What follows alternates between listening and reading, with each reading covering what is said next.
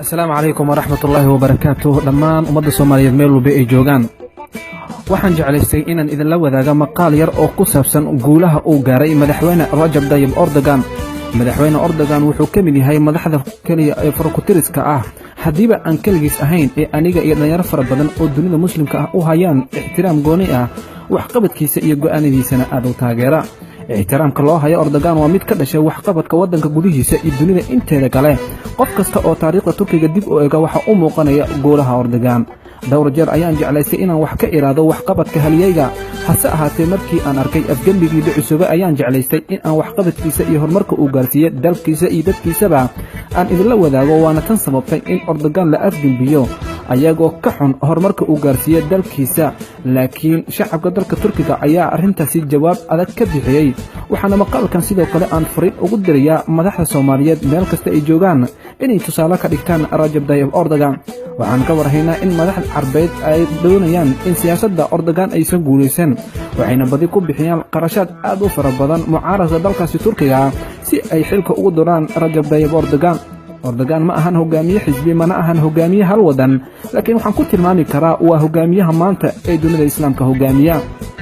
guulaha Erdogan ma aha wax la soo koobi karo sidan laakiin waxaan dareensiiyay Erdogan sharaf karaamo iyo inaan madaxa kor dhulka ugu qaadno oo aan isdhiibin isagoo fariin adag u diray reer galbeedka in dunida islaamka aysan damirkooda dhiman. waxaan tilmaamaya ama waxaan ka oran doonaa wax qabadkii iyo guulihii uu gaaray Rajab Tayyip Erdogan oo aan ku tilmaami karo haliyay ugu sareeya dunida. Rajab Tayyip Erdogan wuxuu Soomaaliya soo booqday iyadoo ay ka jiraan macluul iyo dagaalo adag waxayna dunida caalamka ka indha dabooladay duruuftii ka jirtay Soomaaliya. hase ahaatee waxay waliba u sii raacisay in ay tahay magaalada ugu qatarsan dunida. wuxuu ku soo biimiyay qoyskiisa iyo nafsadiisa magaalo ay ugu yeereen meesha ugu qatarsan dunida. isagoo taa ka dhidhinaya ayaa markuu uu garoonka ka soo tegay wuxuu si toos u abaaray xeryaha qaxootiga isagoo dhex qaaday carruurtii yareed ee halkaasi joogtay. wuxuuna fariin adag u diray dunida islaamka iyo reer galbeedka in Soomaaliya aysan dhiman ayna haysato walaal garab istaaga oo caawiya una garab taagan hiil iyo howlba oo la yiraahdo Rajab Tayyip Erdogan. sidaan ka warhayna wax soo saarka Turkiga 2013 wuxuu gaaray trillion ilaa 100 milyan taas oo u dhimaysa isu geynta wax soo saarka Sacuudiga, Iiraan, Imaaraadka oo ah wadamada ugu dhaqaalaha xooggan bariga dhexe. Erdogan ka hor Turkiga waxay ahayd kaalinta 111 dhaqaalaha adduunka ayay kaga jirtay maantana kaalinta 15aad ayay kaga jirtaa taas oo ka dhigaysa in Turkiga uu galay wax loo yaqaan 20 dawladood ee adduunka ugu dhaqaalaha xooggan ee loo yaqaan G20. sanadkii saddexaad ee isdabajoog ah ayaa diyaaradda Turkish Airlines lagu doonsiinaya inay tahay diyaaradda loo raacid badan yahay tan ugu fiican dunida. 10 sano gudahoodna dawladda Turkiga waxay talaashay 2 milyar 770 milyan oo geed oo isugu jira kuwa miro leh iyo kuwa si kale looga manaafacsado. dawladda Turkiga waxay samaysatay markii ugu horeysay taariikhda wadanka gawaarida kaashama aysan rasaasta karin diyaaradaha xamuulka qaada diyaaradaha sirdoonka ee aan lahayn tuuliyaha ee loo yaqaan droneska dayax gacmeed loo isticmaali karo hawlaha militariga iyo ujeedooyin kala duwan. Erdogan 10 sano gudahood wuxuu dhisay 125 jaamacadood 189 iskuul 510 hospitaal 169 kun oo fasal oo casri ah oo ay kiba fariisanayaan 22 arday taa oo ugu galeeyahay in heerka waxbarashada kor loo qaado. markuu burburay dhaqaalihii Yurub iyo Ameerika waxay isticmaaleen siyaasad ah in ardayda jaamacadaha lagu kordhiyo ama laga qaado lacagaha fiiga ee waxbarashada. Erdogan si asoo la kaashanaya wuxuu soo saaray amar ah in dhammaan waxbarashada wadanka laga dhigo bilaash oo ay dawladda bixiso wixii qarash oo ku baxaya. dakhliga qofka Turkiga wuxuu ahaa 10kii sano ee la soo dhaafay isku celceli $3,500 Mareykanka ah. sanadkii 2013 iyo wixii ka dambeeyay wuxuu gaaray 11,000 kaas oo ugu sareeya dakhliga muwaadinka Faransiiska ku nool uu ka sareeyo. lacagta wadanka ee loo yaqaan lira ayaa qiimaheeda kor u kacday 30 jeer. dawladda Turkiga waxay 300,000 oo caalim oo takhasus majalooyin kala duwan leh ay ka howlgelisay dalka iyo gobolada dalka si ay cilmi baaris ugu sameeyaan horumarka la tiigsanayo 2023. dhanka siyaasadda Erdogan wuxuu nabad ka dhaliyay labada jasiiradood ay u kala qaybsan tahay Qobrus wada hadal nabadna la galay Kurdiyiinta si loo joojiyo dhiigga muslimiinta ay qubanaya taas oo u dhaxaysay muddo dheer. sidoo kalena wuxuu cudurdaar u diray ama uu ka dhiibtay dalka Armenia oo khilaaf u dhaxeeyay muddo 90 sanadood ah. Erdogan intuu xukunka qabtay mushaarka shaqaalaha wuxuu kor u kacay 30% waxaana hoos u dhacay shaqo la'aanta dalka Turkiga oo ahayd 38% ilaa maanta shaqo la'aanta dalka Turkiga ay marayso 2%. miisaaniyadda waxbarashada iyo caafimaadka ayaa ka badan difaaca isagoo siiyay macalinka mushaar u dhigma ka dhakhtarka.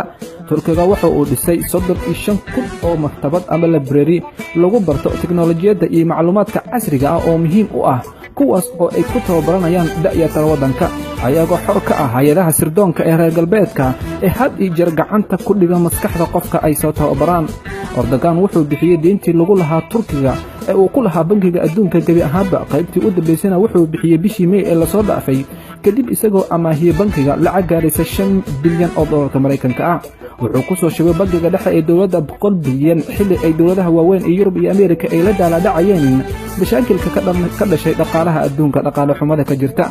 sidoo kale Erdogan 10 sano ka hor dalka Turkiga dhaqaalaha ka soo gala waxyaabaha uu adduunka u geeyo wuxuu ahaa 23 bilyan maantana wuxuu marayaa 153 bilyan.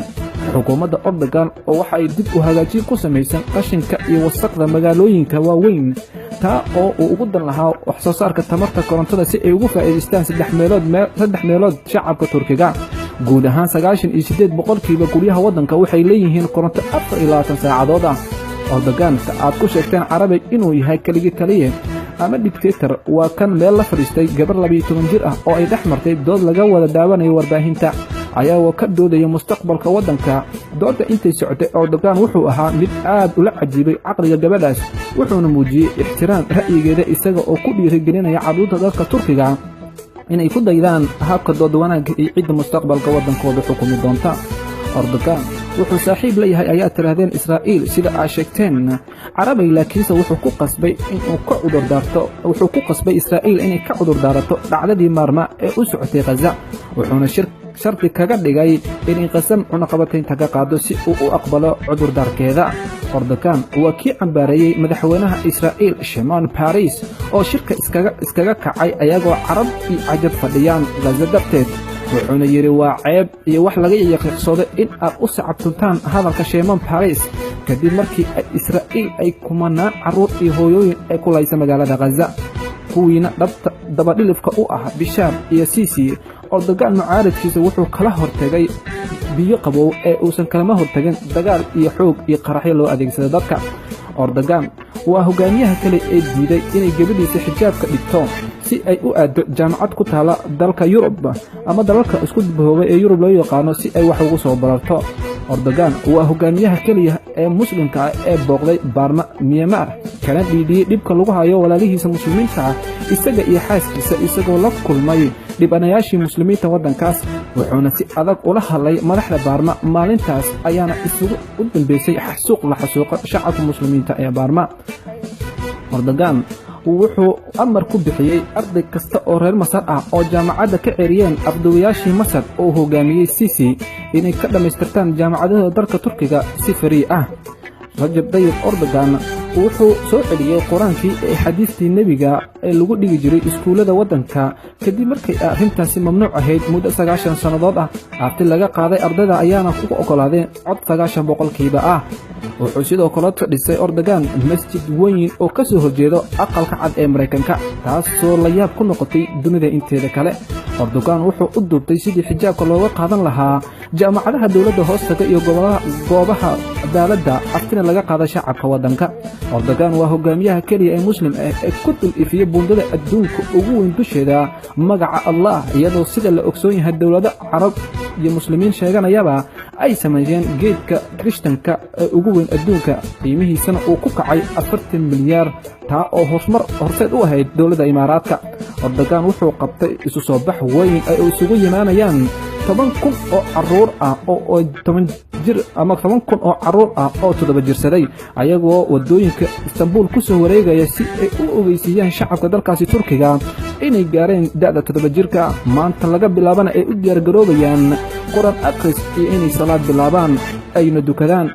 Erdogan waxaad ku tilmaamteen inuu yahay kaligii taliye laakiin Carabi waxaad ogaataan inuu yahay shakhsiga maanta dunida islaamka hogaamiya waana shaqsiga keliya ee maanta islaamka loogu baqo in ay ku soo dhacaan reer galbeedka wuxuuna door muhiima ka qaatay difaaca iyo inuu meel adag iska istaago shacabka muslimiinta ee dunida ku dhibaataysan anigoo axmed maxamed tabaada Erdogan waxaan leeyahay nolow ciise iyo sharaf ku nolow cadowgaadana ha jaba mar walba sidii ay horay u jabeenba waxaan ku leeyahay caafimaad iyo waxaan ku rajaynayaa wanaag adiga iyo inta ku taageersanna dunida ha ku noolaadaan ciise iyo garaamo insha Allah